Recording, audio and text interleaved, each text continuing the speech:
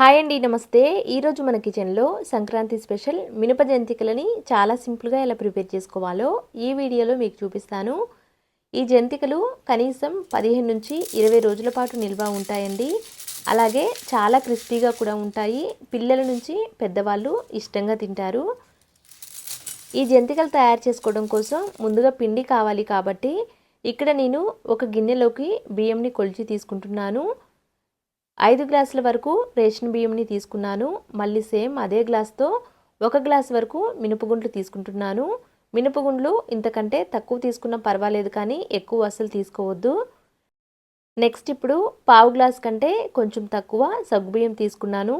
సగ్గుబియ్యం కూడా ఇంతకంటే తక్కువ తీసుకున్నా పర్వాలేదు, కానీ ఇంతకంటే ఎక్కువ అస్సలు తీసుకోవద్దండి. మినపగుండ్లు ఎక్కువ తీసుకున్నాము అంటే జంతికలు మెత్తగా వస్తాయండి. అలాగే సగ్గుబియ్యం ఎక్కువ తీసుకుంటే జంతికలు గట్టిగా వస్తాయి. కాబట్టి ఇవి రెండు కొంచెం చూసి తీసుకోవాలి. అంతా కూడా ఒకసారి కలిపి ఇప్పుడు డబ్బాలో వేసి మిల్లుకిచ్చి పిండి పట్టిస్తున్నాను. ఒకవేళ అంత టైం లేదు అనుకుంటే బయట మార్కెట్లో దొరికే బియ్యం పిండి తీసుకొని ఇంట్లో ఉండే మినపగుండ్లు సగ్గుబియ్యంని మిక్సీ పట్టైనా కూడా ఈ జంతికలను తయారు చేసుకోవచ్చు. పిండి మిల్లుకిచ్చి పట్టించిన తర్వాత ఖచ్చితంగా జల్లించిన తర్వాత మాత్రమే జంతికలు తయారు చేసుకోవాలండి. ఇక్కడ వీడియోలో చూపిస్తున్న విధంగా జల్లించి ఆ తర్వాత రుచి తగినంత ఉప్పుని, నెక్స్ట్ రుచి తగినంత కారంని, అలాగే కొంచెం వామును కూడా ఇలా రబ్ చేసి వేసేయాలి. అంతా కూడా ఒకసారి కలిపి వేడి నీళ్లు వేస్తూ పిండి కలుపుకోవాలి. స్టవ్ మీద నీళ్లు పెట్టి గోరువెచ్చగా కంటే కొంచెం ఎక్కువగా వేడి చేయాలి. మరీ ఎక్కువగా మసలేటట్టు కాకుండా గోరువెచ్చగా కంటే కొంచెం ఎక్కువగా వేడి చేసి ఆ నీళ్ళని వేస్తూ పిండి కలుపుకోవాలి. నీళ్ళు వేడిగా ఉంటాయి కాబట్టి ముందు గరిటెతో ఇలా కలిపి కాస్త చల్లారిన తర్వాత చేతితో కలుపుకోవాలి.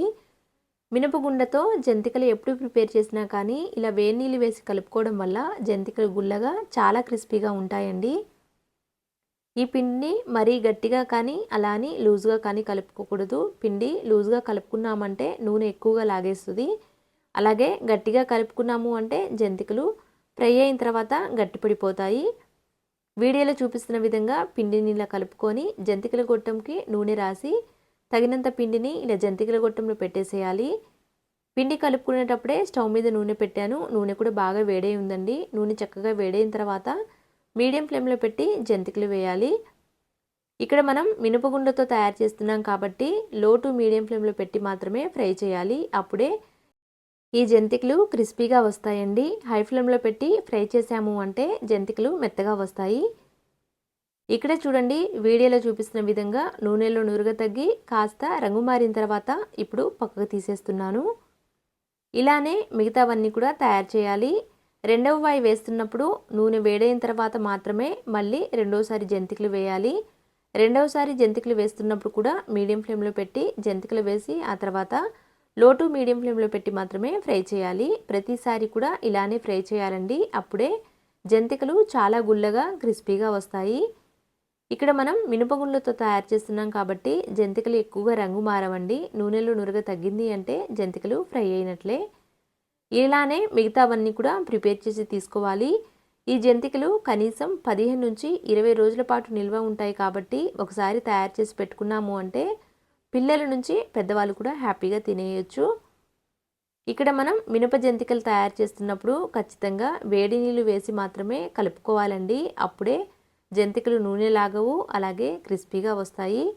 చూశారు కదండి, చాలా సింపుల్గా మినప జంతికలు ప్రిపేర్ అయ్యాయి. ఇలానే మిగతావన్నీ కూడా తయారు చేసి ఒక ఎయిర్ టైట్ డబ్బాలో పెట్టాము అంటే 15 నుంచి 20 రోజుల పాటు నిల్వ ఉంటాయి. అంతే అండి. Thank you for watching.